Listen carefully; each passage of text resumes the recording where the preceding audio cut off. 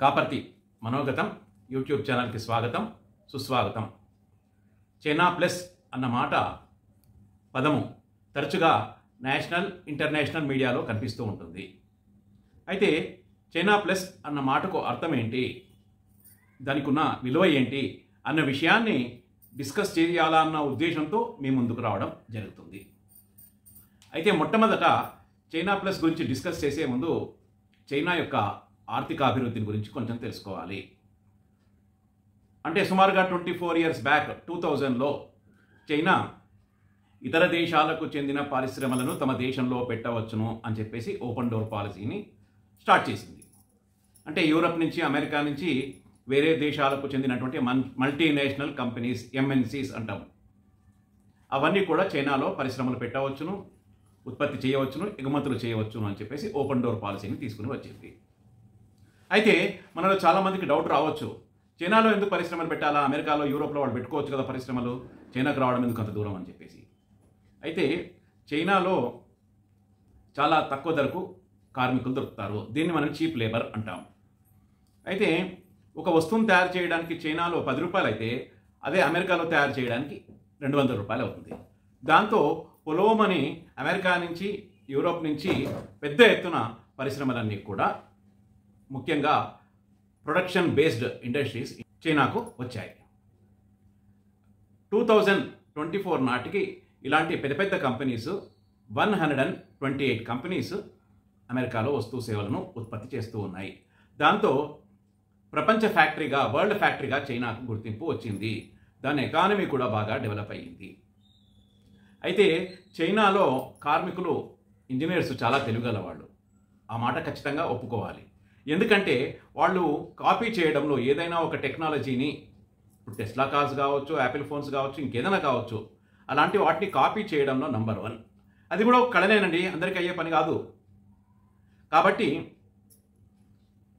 ఈ సంగతిని Europe, America మెల్లగా గ్రహించారు. నెక్స్ట్ ఏంటంటే, కోవిడ్ తర్వాత పరిస్థితులు చైనాలో బాగా మారిపోయాయి.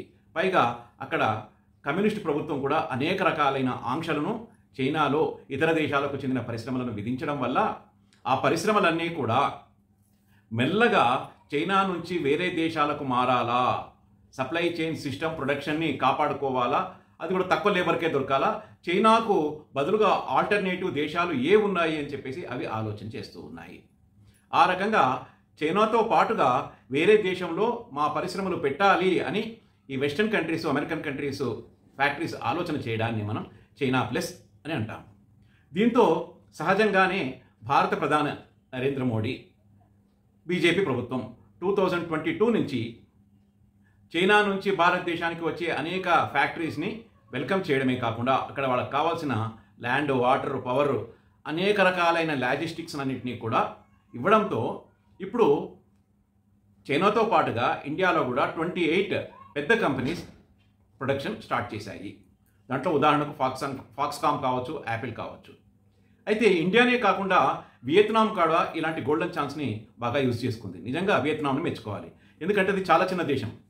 ఈ 3-4 ఏళ్లలో వియత్నాంలో ఇలాంటి కంపెనీస్ 23 వచ్చాయి, 23 వచ్చాయి. అట్లాగే 19 ఏమో మెక్సికోలో వచ్చాయి, అట్లాగే 16 ఏమో థాయిలాండ్లో వచ్చాయి. ఈ రకంగా చైనాకు బదులుగా ఇండియా, వియత్నాం, మెక్సికో, థాయిలాండ్ పోటీ పడుతున్నాయి. ఇండియా పెద్ద దేశం కాబట్టి ఇంకా ఇలాంటి అవకాశాలను తప్పనిసరిగా ఉపయోగించుకోవాలి. అనేక పరిశ్రమలు చైనా నుంచి మెల్లగా మూవ్ కావాలి. ఎందుకంటే ఇండియా డెమోక్రటిక్ కంట్రీ, ఫ్రీడమ్ ఉంటుంది, చైనాలో ఉన్నన్ని రిస్ట్రిక్షన్స్ ఉండవు. కాబట్టి చైనా కంటే ఇండియా వాళ్ళకు బెటర్ ఆప్షన్. కాకపోతే ఇండియాలో స్ట్రాంగ్ గవర్నమెంట్, స్థిరమైన ప్రభుత్వం ఉండాలి. అట్లాగే ఎకానమీని డెవలప్ చేయాలి అన్న ఆలోచన ఆ ప్రభుత్వానికి ఉంటేనే, అన్ని రకాలుగా ఆలోచన చేసిన పిమ్మటనే ఆ యూరప్కు, అమెరికాకు చెందిన కంపెనీసు ఇండియాకు వస్తాయి. కాబట్టి భారతీయులు కూడా దృఢమైన, స్థిరమైన, గట్టి ప్రభుత్వాన్ని ఎన్నుకుంటేనే మనం కలలు కన్న 3rd లార్జెస్ట్ ఎకానమీగా ఇండియా మారుతుంది. అయితే ఈ వీడియో ముగించే ముందు ఒక విషయాన్ని మీకు నేను చెప్తాను. ఫ్రెండ్స్, ఇతర దేశాలకు చెందిన కంపెనీలు ఇండియాలో వస్తే తప్పనిసరిగా మనకు జాబ్స్ వస్తాయి, మన ఎకానమీ కూడా బాగా డెవలప్ అవుతుంది, ఎక్స్పోర్ట్స్ కూడా చేస్తాం మనం.